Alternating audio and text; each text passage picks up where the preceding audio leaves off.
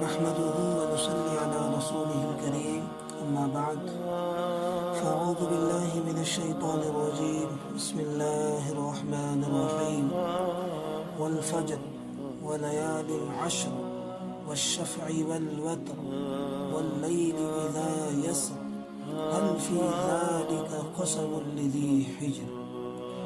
قال النبي صلى الله عليه وسلم ما من أيام العمل الصالح فيهن أحب إلى الله من هذه الأيام العشر. صدق الله العظيم وصدق رسوله النبي الكريم ونحن على ذلك من الشاهدين والشاكرين والحمد لله رب العالمين.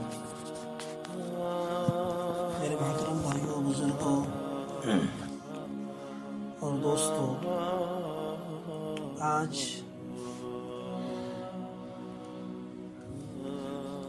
بدھ ہے اور 22 جولائی ہے.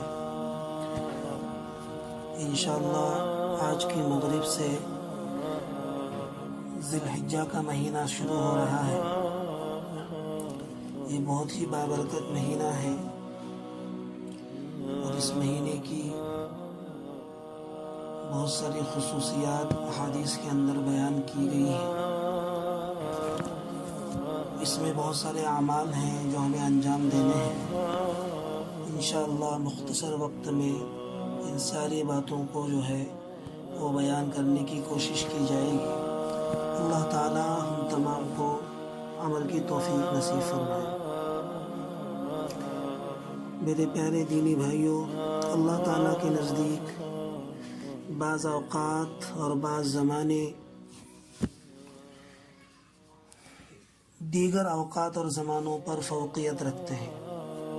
اللہ تعالیٰ نے ان کو ایک دوسرے پر افضل بنایا ہے. ان اوقات میں سے، ان دنوں میں سے کیا جانے والا چھوٹا عمل بھی باقی دنوں کے مقابلے میں بہت بڑا ہوا کرتا ہے.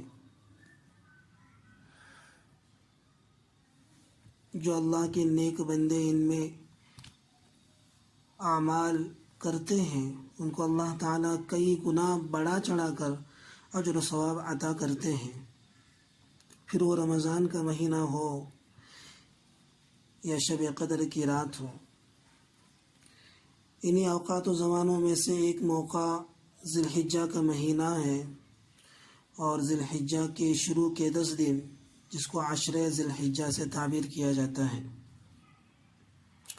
اس عشرہ ذی الحجہ کے 10 دنوں میں اسلام کے اہم ترین اعمال انجام دیے جاتے ہیں اور عبادتوں کا خاص اہتمام کیا جاتا ہے. عشرہ ذی الحجہ میں روزے رکھنے کی فضیلت آئی ہے اور قربانی دینے والوں کو بال، ناخن وغیرہ کاٹنے سے منع کیا گیا ہے. تکبیرات تشریق کہنے کا حکم دیا گیا ہے.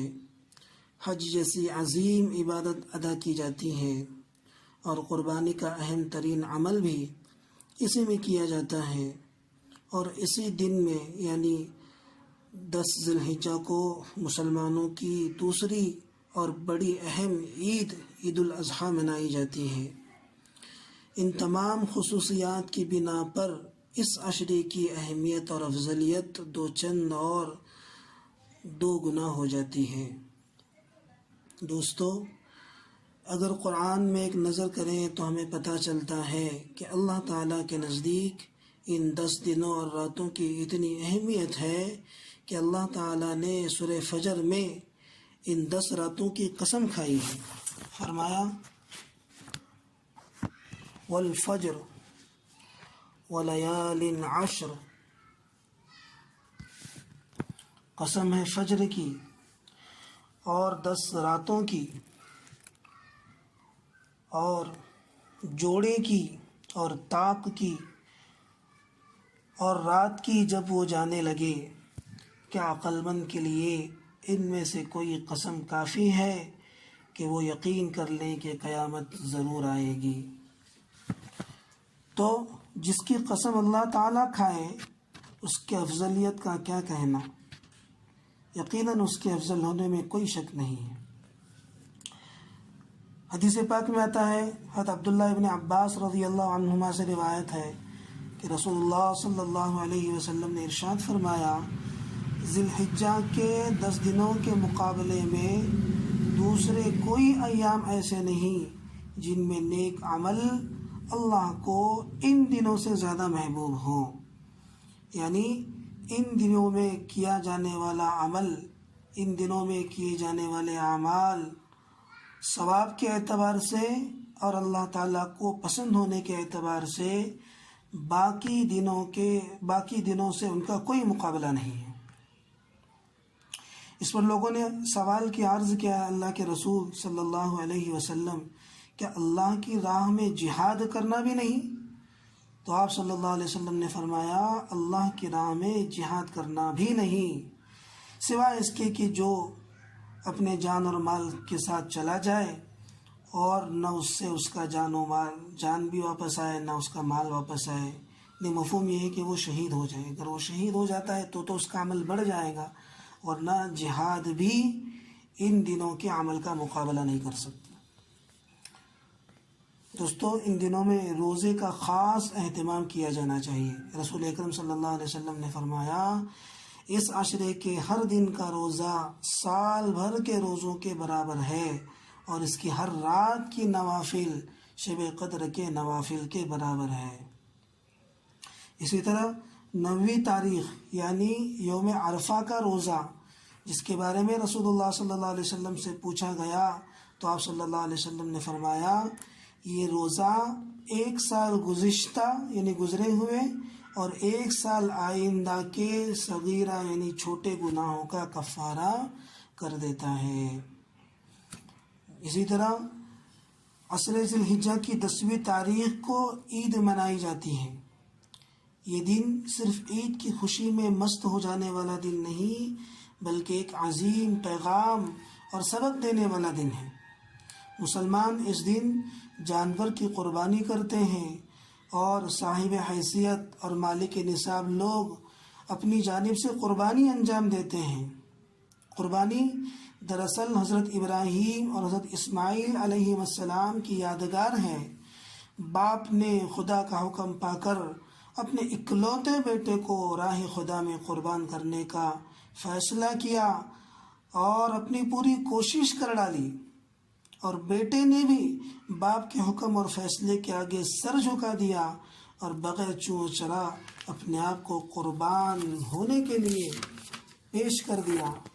اللہ تعالیٰ کو باپ بیٹے کی یہ نرالی اطاعت اور فرما برداری پسند آ گئی، اور قیامت تک آنے والوں کو حکم دیا کہ وہ اس اطاعت کا عملی نمونہ جانور کی قربانی دے کر پیش کریں۔ اسی لیے جو لوگ حیثیت رکھنے والے ہیں، جن پر قربانی واجب ہے، ان کو چاہیے کہ وہ قربانی کا فریضہ ضرور انجام دیں۔ عید کا دن جہاں خوشی و مسرت کا دن ہوتا ہے، وہیں عید کی رات بھی انعام کی رات ہوتی ہے، اس لیے اس میں بھی عبادت کا اور دعاؤں کا خاص اہتمام کرنا چاہیے۔ یہاں پہنچ کر میرے عزیز ایک مسئلہ غور سے سنیں، وہ یہ کہ جیسے ہی یہ عشرہ یعنی یہ شروع کے 10 دن یہ مہینہ شروع ہو جاتا ہے تو سب سے پہلا حکم بال اور ناخن کے نہ کاٹنے کا عائد ہوتا ہے ان لوگوں پر جو قربانی کرنے کا ارادہ رکھتے ہیں۔ نبی کریم صلی اللہ علیہ وسلم کا ارشاد ہے کہ جب تم ذی الحجہ کا چاند دیکھو اور تم میں سے کسی کا ارادہ قربانی کرنے کا ہو تو وہ اپنے بال اور ناخن کاٹنے سے رک جائے۔ یہ عمل چونکہ مستحب ہے، اگر کسی سے چھوٹ جائے تو کوئی گناہ نہیں ہے، البتہ اس پر عمل کرنے کی پوری کوشش اور پورا اہتمام کرنا چاہیے۔ آخر میں میرے بھائیوں، اس عشرے میں ایک اور عمل جو ہے وہ کیا جاتا ہے، اور وہ ہے تکبیر تشریق۔ اس عشرے میں تکبیر کا یعنی اللہ اکبر، تحلیل کا یعنی لا الہ الا اللہ، اور تسبیح کا یعنی سبحان اللہ الحمدللہ کا ورد خاص رکھنے کی جو ہے وہ تلقین فرمائی گئی ہے۔ اور ایام تشریق میں یعنی 9ویں ذی الحجہ کی فجر سے 13ویں ذی الحجہ کی عصر تک 5 دن ہر فرض نماز کے بعد 1 مرتبہ بلند آواز سے پڑھنا واجب ہے، مرد اور عورت دونوں پر، البتہ عورتیں آہستہ آواز سے پڑھیں گی۔ تکبیرات تشریق یہ ہیں: اللہ اکبر، لا الہ الا اللہ واللہ اکبر وللہ الحمد۔ میرے بھائیوں، یہ دن بڑی برکت والے ہیں اور عظمت والے دن ہیں، اس کی تعظیم اور اہتمام کرنا چاہیے، عبادت وغیرہ کا خوب اہتمام کرنا چاہیے، بالخصوص گناہوں کے کاموں اور نافرمانی والے اعمال سے بچنا ضروری ہے۔ اللہ رب العزت ہمیں عمل کی توفیق عطا فرمائے، آمین۔ وآخر دعوانا ان الحمد للہ رب العالمین۔